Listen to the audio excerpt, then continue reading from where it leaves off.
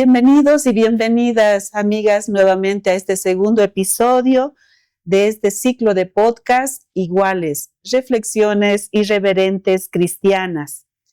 Y hoy día tenemos un invitado de lujo, Pau. Bueno, ¿lo vas a presentar tú, Eli? Tú. Muy bien. Bueno, bienvenido, Julio. Gracias. Él es Julio Córdoba, sociólogo, investigador en temas de opinión pública y desarrollo social. Dirige Diagnosis, una consultora especializada en estudios sociales. Es evangélico bautista, ha realizado varios estudios de carácter sociológico sobre evangélicos, cultura y política en Bolivia. Bienvenido, Julio, y gracias por estar aquí, por aceptar nuestra invitación. Gracias, Paulita, por la invitación, Eli. Muy agradecido y muy contento de compartir con la audiencia de ustedes. El tema nos convoca de tener un varón aliado nuestro. El título de este podcast es Jesús y las mujeres, ¿no? Desde este tema, entonces, nos vamos a disponer a provocarnos con la palabra, de escuchar, para que luego podamos conversar de estos sentipensares junto a Julio. Yo prendo la velita y vamos con la lectura bíblica. Bueno, vamos a tener dos lecturas. La primera la voy a leer yo, después la segunda tú, Eli.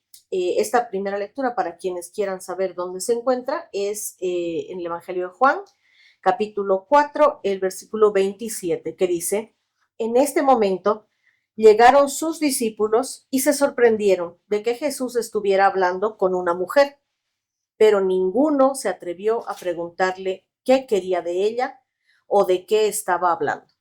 Muy bien, hacemos el intercambio y nos vamos a Mateo 28, del 9 al 10. Jesús salió a su encuentro y las saludó. Ellas se acercaron, se echaron a sus pies y lo adoraron. Entonces les dijo: no teman, digan a mis hermanos que vayan a Galilea, allí me verán.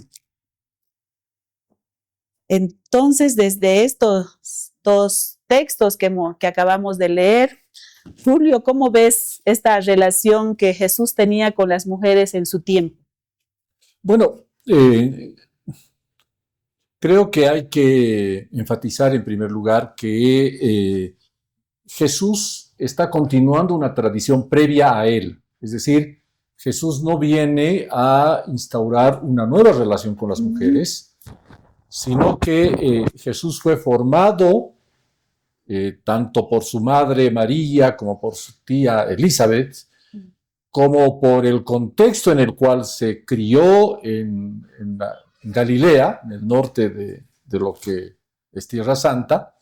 Se formó en una tradición donde las mujeres tenían un rol importante en la comunidad, y es una tradición que se remonta a tan antiguo como a los propios orígenes de Israel, ¿no? Entonces, los orígenes de Israel, como ustedes saben, están en comunidades que se forman en las regiones altas de Palestina, por el 1200 al 1000 antes de Cristo, en aldeas que salen de las ciudades-estado cananeas, que eran jerárquicas, que eran explotadoras de los campesinos. Entonces varios campesinos se retiran de esas aldeas-estado y conforman tribus, conforman aldeas igualitarias. Ahora, es desde esa experiencia originaria de Israel como pueblo que aparece el protagonismo de mujeres, pero además este protagonismo de mujeres está conformado por una idea de igualdad y de equidad, ¿no? Entonces, en esa experiencia inicial de las tribus de lo que después se llamó Israel, surgen dos tradiciones: una tradición profética que enfatiza la igualdad y una tradición del protagonismo de mujeres, ¿ya? Entonces, por ejemplo, las escrituras más antiguas de la Biblia hebrea se remontan a cánticos elaborados por mujeres. Por ejemplo, uno de los textos más antiguos es el canto de Miriam, que celebra la liberación del pueblo de Israel de Egipto, y ese canto de Miriam está elaborado en uno de los hebreos más arcaicos, más antiguos, de la Biblia hebrea. El otro texto muy antiguo también es el Cántico de Débora, que celebra una victoria frente a los cananeos, e igual que el canto de Miriam, es muy antiguo, es muy arcaico. O sea que, digamos, las partes más antiguas de la Biblia, del Tanaj hebreo, de la Biblia hebrea, son producto del protagonismo de mujeres, tanto en la dinámica litúrgica, como en la defensa de esas tribus israelitas. Entonces, a lo largo de la historia, estas dos tradiciones, tanto la tradición profética como la tradición de mujeres que participan activamente en Israel, a veces se juntan, ¿no? Como en estos casos, como en el caso de cuando los judíos vuelven de Babilonia, a las mujeres del pueblo se acercan a Nehemías y le dicen, oye, no puede ser que nuestros hijos estén endeudados y se vendan como esclavos, tiene que haber un jubileo, tiene que haber un proceso de redistribución de la tierra y del perdón de deudas. Entonces ahí, tanto la tradición profética como la tradición de mujeres activas se juntan. Y también otro momento en la historia de Israel donde ambas tradiciones se juntan es en estas redes de mujeres campesinas en Galilea, de las que formaban parte María e Elizabeth, que retoman la memoria profética, pero también la memoria del protagonismo de mujeres. Y una expresión de esta articulación es, por ejemplo, el cántico de María, ¿no? El Magnificat, donde está ahí una joven campesina Galilea, pero que trae la memoria profética de cómo Dios, cuando se manifiesta en su reino, va a hacer una inversión, los explotadores van a quedarse sin nada y los oprimidos van a ser empoderados. Entonces, es en esa tradición de mujeres y en esa tradición profética que Jesús fue educado, ¿ya? Para ponerlo en términos, digamos, espirituales o en términos de un discurso cristiano, como que Dios buscó familias con una tradición profética y de protagonismo de mujeres para que su hijo se encarne en esas familias y sea formado en esa tradición. Entonces, cuando Jesús establece pautas de ruptura con su entorno machista, y tiene relaciones de equidad con mujeres, de protagonismo de mujeres, y tiene un discurso profético, es decir, no es que está inventando algo absolutamente nuevo, más bien está está actualizando esa tradición de protagonismo femenino y de visión profética de equidad. Wow. Sí, quedo cautivada con lo que se dice.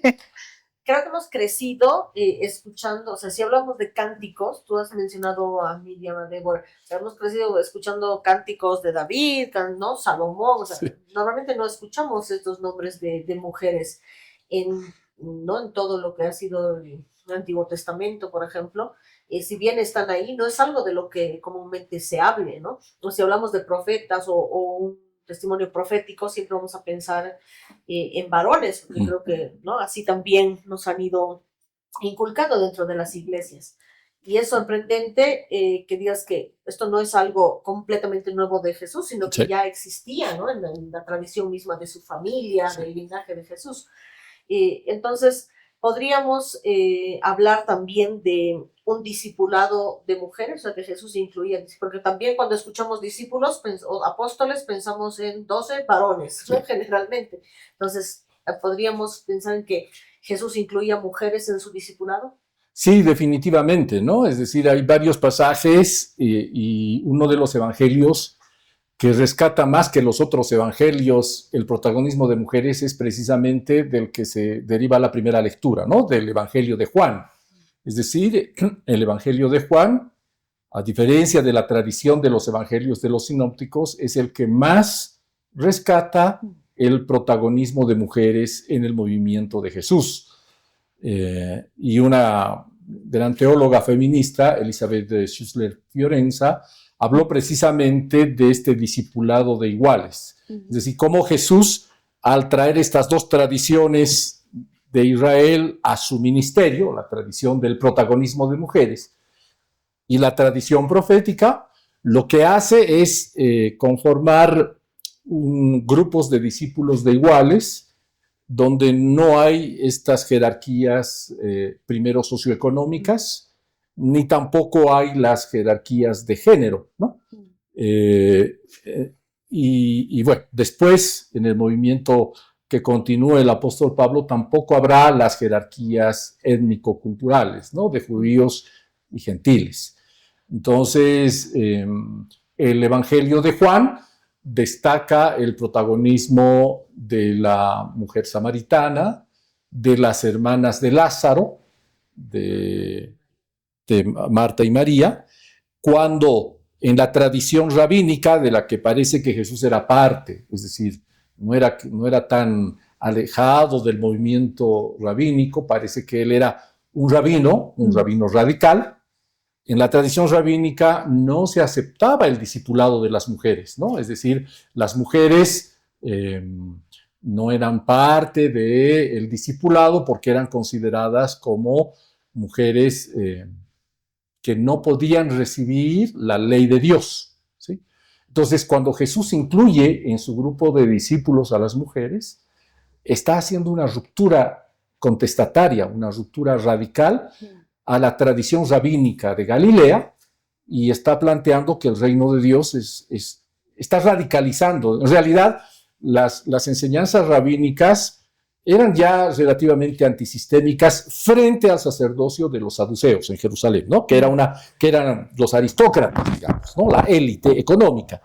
Los rabinos presentan un discurso contestatario a los sacerdotes, pero Jesús es más radical que los rabinos, que los fariseos, y él establece una práctica contestataria al incluir de manera protagónica a mujeres, y eso da testimonio el Evangelio de Juan, no solamente con la mujer samaritana, Marta, María. Hay un grupo de mujeres, eso lo dice también Lucas, que dice que lo siguieron, lo apoyaron con sus bienes, pero lo siguieron desde Galilea hasta Jerusalén.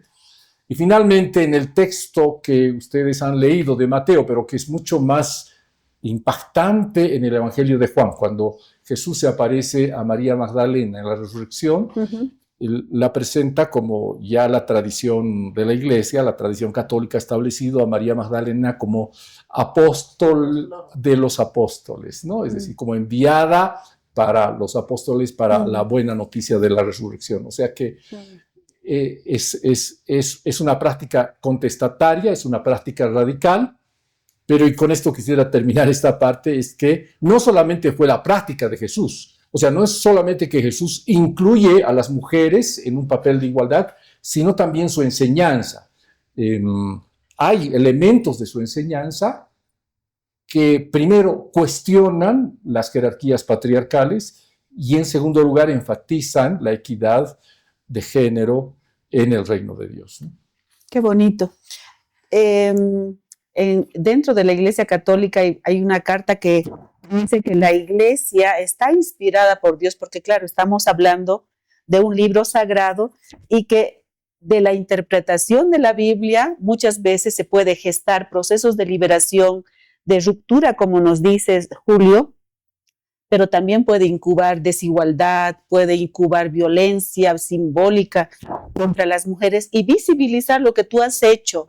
La presencia activa de mujeres en el movimiento de Jesús es como cambiar un poco la narrativa y qué bien nos sienta a mujeres y varones visibilizar esta presencia, no solamente en el movimiento de Jesús, mencionadas también en las cartas paulinas y en toda la conformación de este cristianismo primitivo. Entonces, ¿qué pasa, Julio? ¿Por qué no se menciona frecuentemente en discursos, en homilías, la presencia activa de estas mujeres que está también en la Biblia? ¿Por qué se nos olvida estos textos bíblicos, estas presencias vivas de las mujeres que a nosotras siento que nos ayudan a demandar igualdad dentro de nuestros espacios eclesiales? Sí, bueno, haciendo un salto, digamos, desde los evangelios a la actualidad, yo quisiera centrarme, bueno, la tradición eclesiástica, en la medida en que se institucionaliza, se jerarquiza, ¿no? Un sociólogo de la religión llamado Max Weber decía llamaba a esto de la institucionalización, le puso el nombre técnico de la rutinización del carisma. Es decir, el movimiento de Jesús y las comunidades iniciales del Pablo histórico, no de los discípulos de Pablo, sino del Pablo histórico, sí, era un movimiento no basado en instituciones ni en reglas. Era un movimiento de iguales, como dice Schüssler Fiorenza, con participación igualitaria de mujeres, ¿sí? Que vivían en la etapa carismática en el sentido de efervescencia contestataria del movimiento de Jesús. Pero este sociólogo, Max Weber, dice que es imposible que una realidad social pueda reproducirse en el tiempo si no se institucionaliza, es decir, si no se crean reglas de la primera generación a la segunda generación, es difícil que pase un movimiento. Esto pasa no solamente en el movimientos religiosos, movimientos políticos, movimientos artísticos, movimientos estatales, ¿no? Es la etapa carismática, heroica, donde se inicia el movimiento, pero si no se establecen algunas reglas, este movimiento no sobrevive a la primera generación. Para transmitirse de la primera generación a la segunda generación, lastimosamente, inevitablemente, se necesitan reglas y se necesita institucionalizar el movimiento, ¿no? Entonces, eso ha pasado en las primeras comunidades del movimiento de Jesús y en las comunidades paulinas. La primera generación muere, ¿no? Como es lógico, y entonces se necesita pasar de la primera a la segunda generación, y en ese tránsito se empiezan a establecer reglas, el carisma inicial, el entusiasmo inicial, da paso a la rutinización, a la institucionalización, y toda institucionalización, dice Max Weber, se traduce también en relaciones jerárquicas. Porque si no hay relaciones jerárquicas, el movimiento no se conserva de una generación a otra, lamentablemente. Eso parece que sucedió en el caso del movimiento de Jesús y de las primeras comunidades paulinas a fines del siglo I y comienzos del siglo II, después de la que primera generación se va muriendo. Entonces, esa necesidad de institucionalización hace que los discípulos de los apóstoles empiecen a redactar los evangelios, a conservarse las cartas de Pablo. Luego, de esta segunda generación a una tercera generación, se establecen los primeros ministerios, los primeros roles, las reglas, y al hacerlo tienen que conformarse a las reglas de la sociedad helenística y romana, que son jerárquicas, que son machistas, y entonces en ese proceso de rutinización, de institucionalización, se retoman jerarquías de género, se prohíbe el sacerdocio de las mujeres, jerarquías socioeconómicas, ¿no? Las personas más ricas acceden a la jerarquía, a los obispados, ¿no? Los más pobres son relegados, exactamente, y también jerarquías étnico-culturales, ¿no? En un principio, judíos contra gentiles y después gentiles contra judíos y contra bárbaros, si se quiere. Entonces, y desde entonces tenemos estas jerarquías. Ahora, yo les hablo desde el punto de vista de mi formación de sociología de la religión. Un discípulo de Max Weber decía que junto con este proceso de institucionalización en la iglesia, hay movimientos contestatarios, movimientos, la figura de los profetas nunca termina. Entonces, junto con la iglesia están estos movimientos contestatarios que a veces se traducen en sectas, no en el sentido de sectas de, entre comillas, doctrina falsa, sino grupos sectarios que rompen con la institucionalidad y crean, vuelven a retomar la memoria, si se quiere, igualitaria del inicio del movimiento de Jesús. Digamos, en América Latina, comunidades eclesiales de base, en la Iglesia Católica, en algunas, la parte inicial del movimiento pentecostal en el protestantismo también tenía estos ribetes sectarios, igualitarios. De modo que en la actualidad tenemos como que dos espacios que a veces cohabitan conflictivamente. Un espacio institucionalizado, jerárquico, de subordinación de las mujeres, y a veces espacios al margen o en las fronteras de las instituciones más igualitarios, que a veces retoman esta memoria histórica de los orígenes del cristianismo, donde se producen algunas dinámicas igualitarias y a veces profético-contestatarias. Creo que hay esas dos realidades que acompañan. Es lo que decía este sociólogo, discípulo de Max Weber, que se llamaba Ernest Troch, que llamaba la dialéctica iglesia-secta. Iglesia institucionalizada, jerárquica, y movimientos sectarios que surgen, se apagan, que son contestatarios, chocan y están en conflicto con la realidad institucional. Así. Wow. ¿Cómo continuamos después de toda esta argumentación teológica, histórica que nos hace Julio? Bueno, pensando un poquito en que estas sectas, que generalmente, por ejemplo, nosotros en la Iglesia Católica les suelen llamar sectas a las demás iglesias que no son católicas, ¿no? Sí. Pero claramente entiendo desde el concepto al que te refieres, y pienso que claro, ha habido un deseo de recuperar también ciertas cosas que al momento de institucionalizar habíamos perdido, ¿no? Claramente nosotros, por ejemplo, yo soy católica y veo que en la iglesia se nos ha dicho que desde Jesús se ha instaurado que la iglesia está dirigida por varones, ¿no? Y eso ha sido algo que se mantiene en el discurso, y es por eso que las mujeres estamos muy lejos de, por ejemplo, acceder al sacerdocio. Imposible. Eso sí, pasará. Por el momento, sí. Sí. Que en otras iglesias, pues sí, si bien quizá no tienen el mismo liderazgo o el mismo lugar jerárquico, ¿no? Porque claramente existe una jerarquía todavía de los varones sobre las mujeres, incluso en otras iglesias donde pueden ser pastoras. Sí. Nosotros estamos mucho más lejos de eso, ¿no? Y hablando un poquito de eso, yendo en esa línea, ¿qué prácticas de las iglesias, porque compartimos, ¿no?, en varias iglesias que profesamos la fe cristiana, ¿qué prácticas actualmente, dirías tú, que relacionado con este tema, se están distanciando de ese verdadero mensaje y de esa verdadera propuesta de Jesús, de cómo conforma él, digamos, este grupo de discípulos, de este movimiento, y viendo ahora cómo son las iglesias, ¿dónde nos hemos distanciado? ¿Qué cosas están fuera de lo que verdaderamente planteaba Jesús? Bueno, quisiera responder esa pregunta ya no tanto desde un punto de vista histórico, sino desde una dinámica de actualidad política así muy puntual ahora.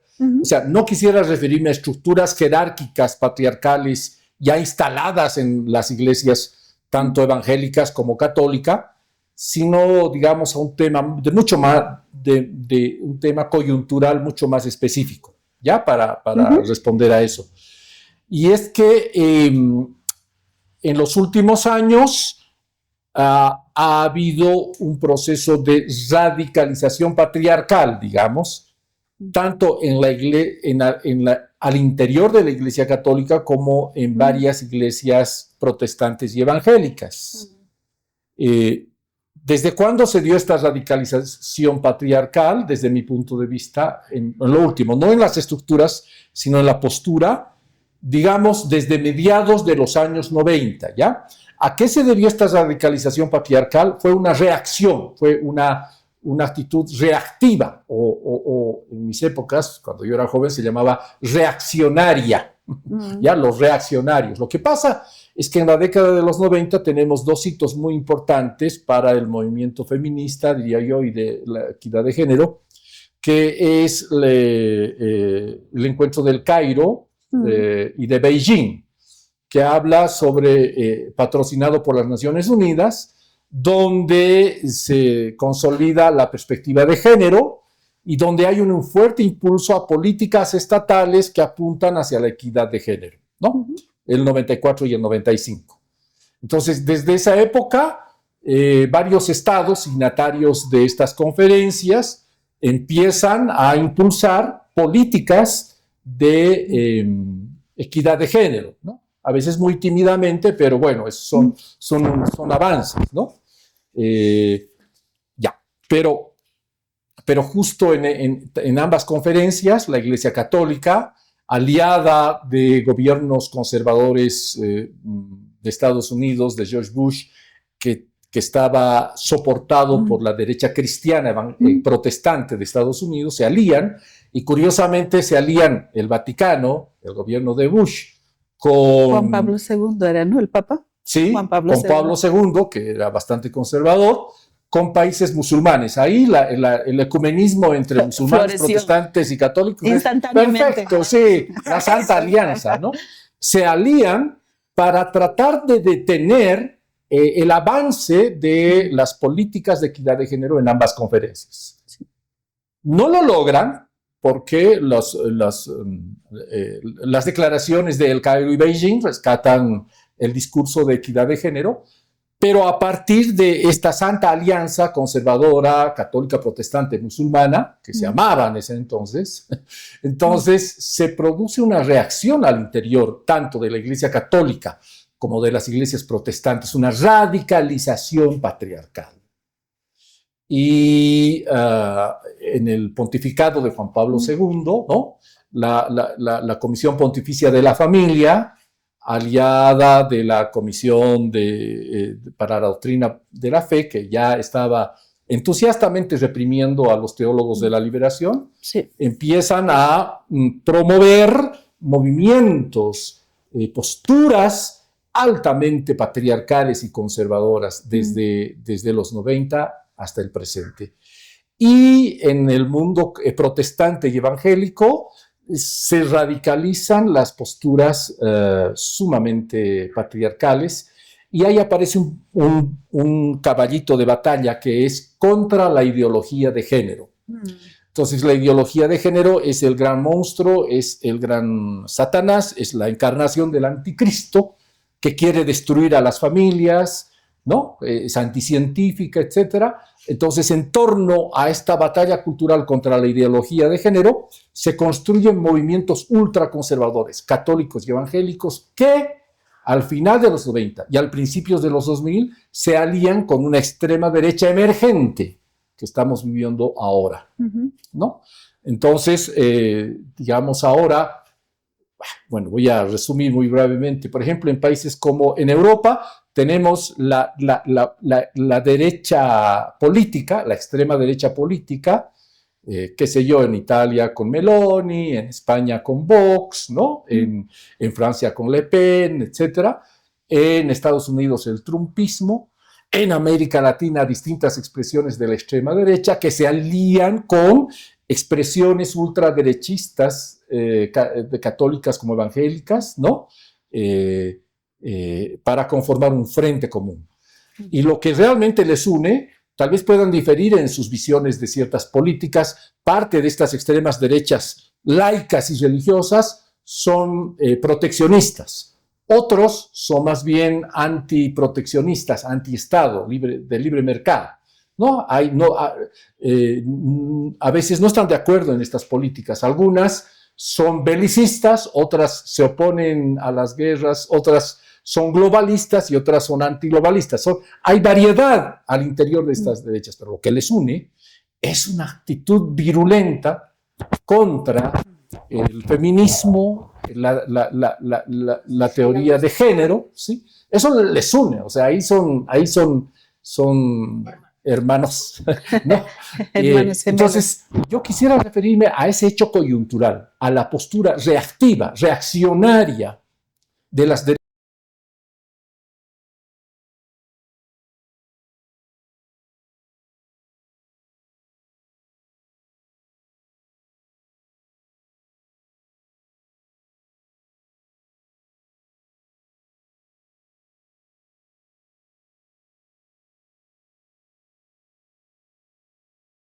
Más a las mujeres, y en el ámbito de los estados a dar marcha atrás a ciertas conquistas de derechos y legislativas, ¿no?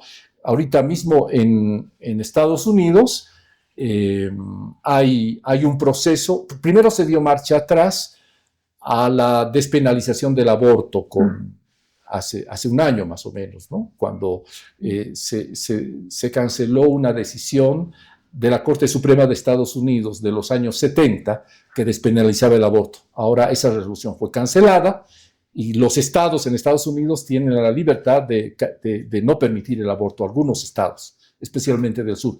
Ahora, hace apenas una semana, 2 semanas, hay un proceso para dar marcha atrás la legalización de los matrimonios igualitarios que en Estados Unidos se consiguió en el 2015. Pero ahora hay un proceso, como la Corte Suprema está dominada por jueces trumpistas, se está dando marcha atrás a ese proceso. Y eso estamos viendo en toda América Latina, ¿no? También. Gracias, Julio. La primera parte, has hecho todo un enfoque bíblico, histórico, muy interesante de la presencia de las mujeres, de cómo Jesús recupera estas tradiciones de las mujeres. Y en la segunda parte también me encantó lo que has dicho, esta explicación sociológica, teórica, de por qué esta situación de desventaja actual de las mujeres dentro de los espacios eclesiales, es decir, no es solamente una iglesia aislada, sino que responde a estructuras mucho más organizadas, y me ha gustado cómo ha hecho un pandeo histórico para identificar ese ADN, ¿no?, maligno, de donde nace también esta etiqueta de ideología de género. Yo creo que cuando te ponen una etiqueta, cualquiera que sea, no te reconocen como sujeto para dialogar, sino ya estás etiquetado, ¿no? Entonces, un poco para bloquear el diálogo. Eres un hereje, ¿no? Herejía total, por supuesto. Y entonces, desde estas dos partes que nos has ido conversando en esta tarde, yo quiero ahora escucharte desde tu experiencia. Tú eres un varón, y eres un aliado de estos discursos de igualdad. ¿Qué situaciones difíciles has atravesado? Porque en las redes sociales eres muy activo, muy activista de los derechos de las mujeres, aliado, ¿no?, en todo el sentido de la palabra. Entonces, y también cómo te has sentido en la iglesia cuando tienes voz propia, tienes otro discurso teológico diferente a los enfoques, sí, a lo tradicional, a lo patriarcal, cuando te leen en las iglesias. Esto es palabra de Dios y a veces esa palabra de Dios es interpretada por intereses humanos, ¿no? Entonces, ¿tú cómo te has sentido? ¿Cuál ha sido tu camino propio? ¿Y en qué momento estás ahora? Un poco recordando que eres varón y también es ir contra ciertos privilegios de los varones. Sí, sí. Bueno, en mi experiencia personal, lo que he experimentado es un doble proceso, tanto de marginación de parte de los poderes institucionalizados de mi iglesia, pero lamentablemente no he podido escapar a un segundo proceso, que es un proceso interno mío de automarginación. Es decir, digamos, quienes tenemos un discurso que a veces choca con posturas que, por ejemplo, en el caso de la Iglesia Bautista, su discurso no era tan machista, pero ha sido afectado por esta radicalización de los últimos años del mundo evangélico contra la ideología de género, y ahora se ha vuelto muy machista, ¿no? Entonces, digamos, uno es marginado, pero lamentablemente uno se automargina. Y no es una experiencia mía solamente para comentarles muy brevemente. Eso fue salvando las diferencias con el propio expresidente de Estados Unidos, Jimmy Carter, que se automarginó de la Convención Bautista del Sur de Estados Unidos, precisamente por la radicalización machista de esta convención en los últimos años, ¿no? Entonces, y así hay decenas de hombres y de mujeres que al tener una voz propia de plantear que el texto bíblico y que el movimiento de Jesús son principalmente textos igualitarios y no jerárquicos, que cuestionan el discurso patriarcal antes que lo legitiman, ¿no? Cuando planteamos eso, los poderes nos marginan, pero lamentablemente nosotros nos automarginamos. Y cuando hay ese doble proceso de marginación y de automarginación, lo que queda en las iglesias, me parece evangélicas y católicas, es ese discurso predominante, más machista y patriarcal. Entonces, mi lección aprendida de vida es que, si bien no hay que callar, porque lo peor es callar, tampoco hay que automarginarse. Hay que tratar de no automarginarse. Cuando las personas establecen una voz equitativa e igualitaria, va a haber una tendencia natural de las instituciones y de las iglesias establecidas a marginar. Pero lo que hay que tratar de hacer es tratar de vivir, como dicen los decoloniales, en la frontera de las instituciones, tratando de construir comunidad. Creo que el mejor antídoto para el patriarcado es la comunidad, construir comunidades. Es la gran lección de la Iglesia Católica en América Latina, ¿no? Es decir, si la teología de la liberación de los años 70 y 80 tuvo algún impacto tanto en la Iglesia como en nuestras sociedades, no fue principalmente o únicamente por los textos de Leonardo Boff, de Gustavo Gutiérrez, de Juan Luis II, no fue ni por las enseñanzas en los seminarios, no fue tanto por eso, sino principalmente por el papel de las comunidades eclesiales de base, que en algunos casos fueron marginadas, pero lograron vivir en la frontera, sin salirse de la Iglesia Católica, lograron vivir en la frontera y construir en esos espacios comunitarios ese ideal del movimiento de Jesús, en algunos casos. Entonces, yo creo que la mejor alternativa es la comunidad frente a la institución. Entonces, y es en pequeñas comunidades que tal vez puedan vivir en la frontera, donde se puede construir relaciones equitativas, ¿no? Es lo que estamos haciendo. Exacto, es ahí. Y creo que Jesús mismo, digamos, fue de alguna manera marginado por el judaísmo oficial de su tiempo, pero en el margen él logró construir comunidades igualitarias y ese sigue siendo el camino, me parece.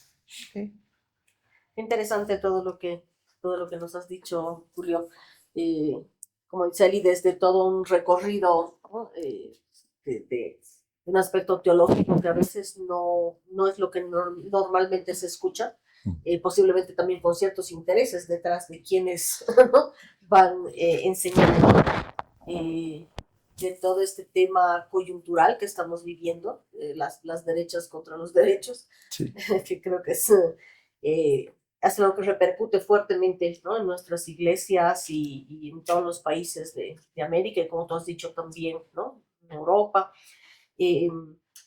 Pero ante todo esto también hay como esta luz que nos das, ¿no? De hacer comunidad, de poder hacer algo distinto tal vez en las comunidades sin marginarnos, ¿no? Porque siempre que intentamos hablar de un discurso diferente, de un discipulado de iguales, creo que esa marginación, precisamente por la coyuntura, está ahí presente, ¿no? Muchas veces me han dicho, bueno, esa no es católica, ¿no? Si dice eso, no es católica. Me imagino que tal vez más que yo, así como a ti seguramente, ¿no? Pero ante todo esto, viendo que existen diferentes formas de violencia contra las mujeres, tanto en la sociedad como en las iglesias, porque también hay que decirlo, es una realidad que vivimos dentro de las iglesias. ¿Cuál sería una propuesta que nos podrías dar, una propuesta de acción concreta, digamos, pastoral, para trabajar por una iglesia de iguales, por un discipulado de iguales? ¿Cuál sería esa reflexión? Nuestro podcast se llama Iguales, ¿no? Reflexiones irreverentes cristianas. Así que, ¿cuál sería esa reflexión irreverente que nos compartes como un consejo, ¿no? De este camino a la transformación con la experiencia que tú tienes? Sí.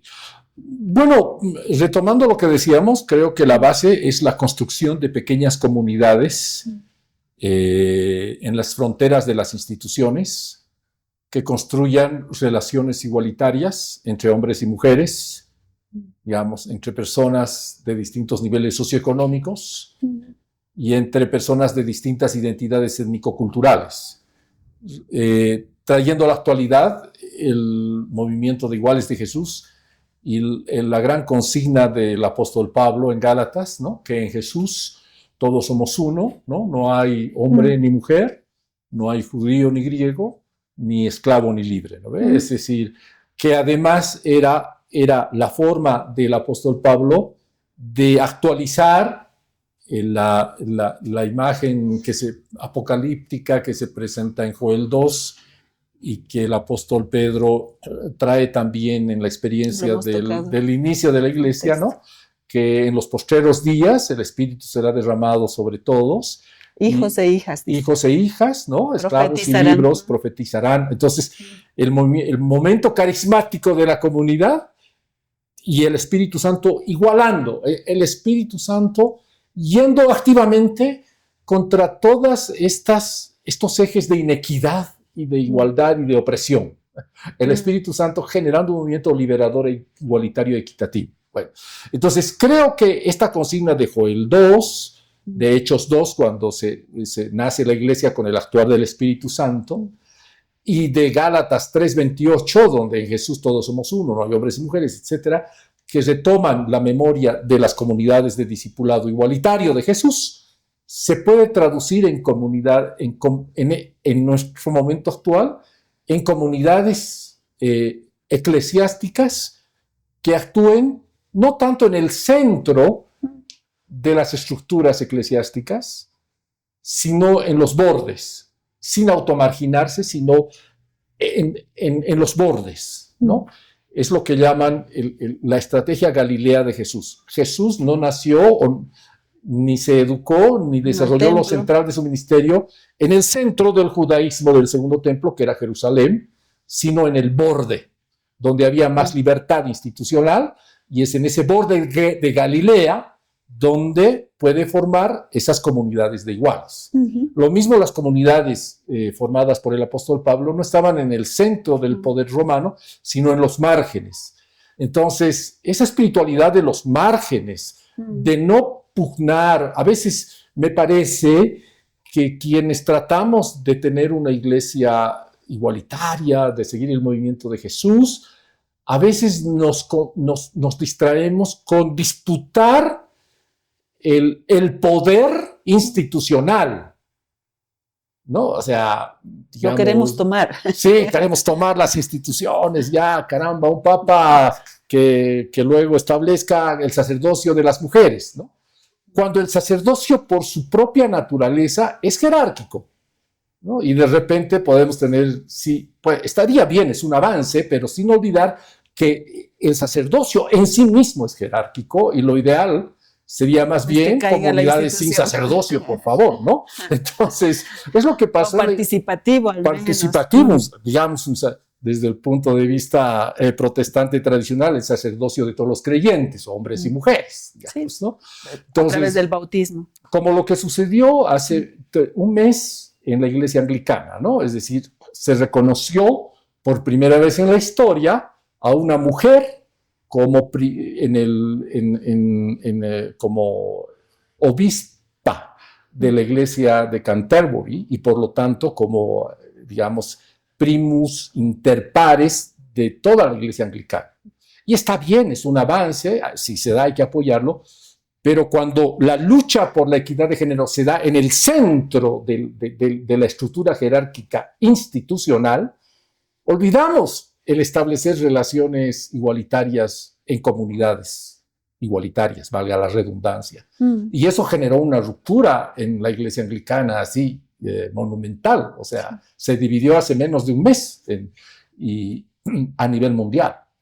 Y bueno, ¿qué se logró? Eso aportó, digamos, en comunidades igualitarias, no estoy tan seguro.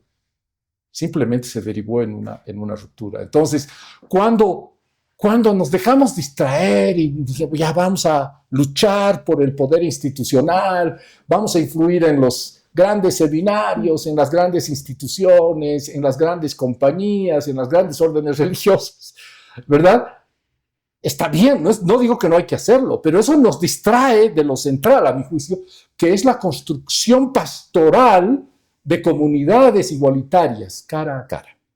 Es ahí donde podemos realizar el acompañamiento, donde se pueden establecer, donde puede surgir este protagonismo femenino, como en el movimiento de mujeres campesinas de Galilea, digamos, donde puede haber esta equidad de género, ¿no? Entonces, yo creo que es el elemento, y llegará un momento de kairos en el que, como sucedió en América Latina, en el que estas comunidades igualitarias empiecen a establecer puentes con movimientos sociales también igualitarios. Es decir, las comunidades eclesiales de base establecieron puentes con movimientos de liberación, lo que cambió nuestras sociedades.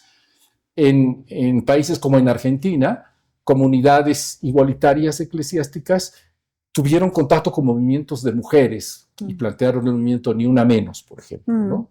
Contra la violencia, y tuvieron impacto en la sociedad, en la cultura. Creo que más que el disputar espacios institucionalizados de las iglesias, la construcción de comunidades igualitarias pastorales en diálogo con los movimientos sociales, me parece que es el camino que ha seguido América Latina y es el camino que deberíamos seguir. Para terminar, no sé si me estoy extendiendo mucho, pero digamos, en Bolivia, en el contexto de Bolivia, es que el discurso de la equidad de género tiene limitaciones mientras este discurso no penetre de manera profunda en movimientos sindicales indígenas, como el movimiento de Bartolina Sisa, que es un movimiento que se extiende en el nivel campesino y popular en toda Bolivia, el más fuerte en América Latina, y mientras la perspectiva de género no ingrese de manera central a estos movimientos sociales, no será posible avances significativos en países como Bolivia. Y la manera en que esto pueda suceder, yo creo, estoy convencido, es que es con comunidades eclesiales que podrían estar repartidas en todo el territorio nacional en diálogo con estos movimientos sociales, más que en diálogo con las jerarquías institucionales. Es ahí donde yo encuentro la fecundidad del Espíritu Santo. Puentes fecundos, sí.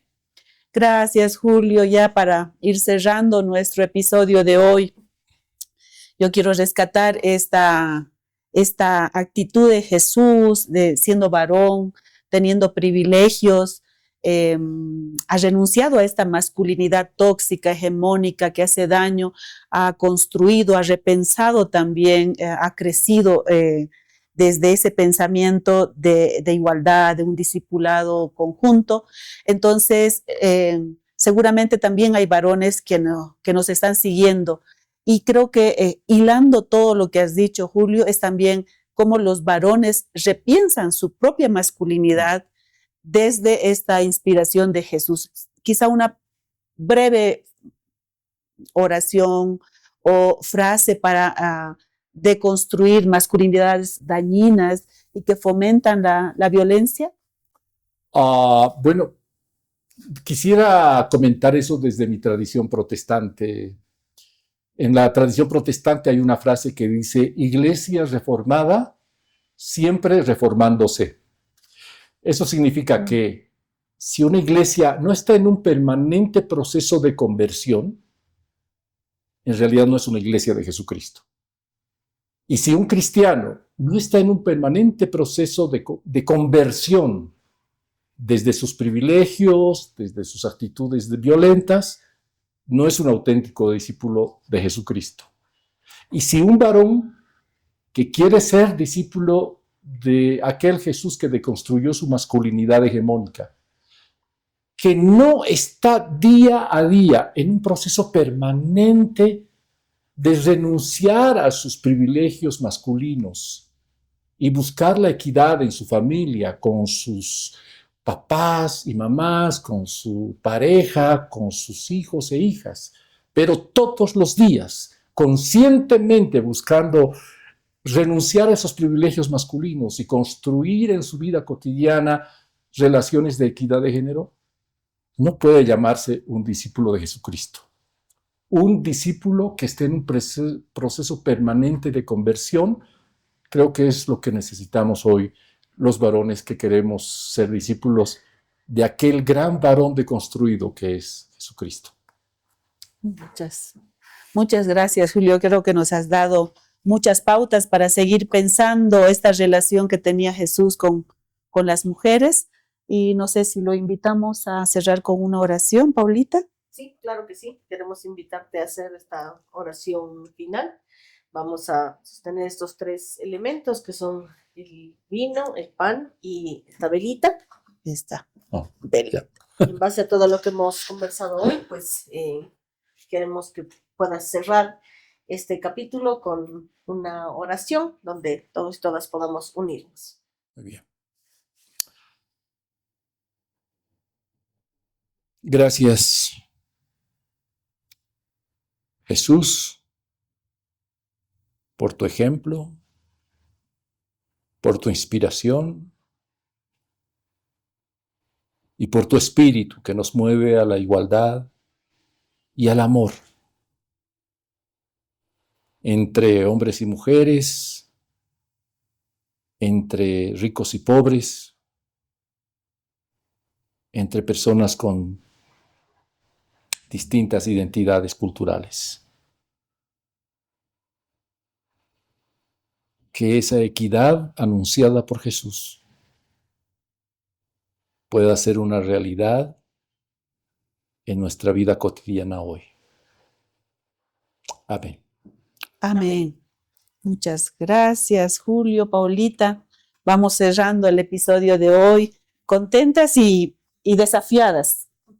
Sí, ha sido refrescante, creo, escucharte y poder conversar con un varón que pueda hablar de estos temas con libertad y que pueda contarnos un poco desde su experiencia cómo ir deconstruyéndonos. Y eso nos toca a todos y todas, o sea, tanto mujeres como varones tenemos que ir cada día deconstruyendo todo lo que hemos mal aprendido, ¿no? En este tiempo. Así que muchas gracias por haber compartido este tiempo con nosotros. Gracias a ustedes. Gracias, amigos, amigas. Hasta el próximo episodio de Iguales, reflexiones cristianas irreverentes.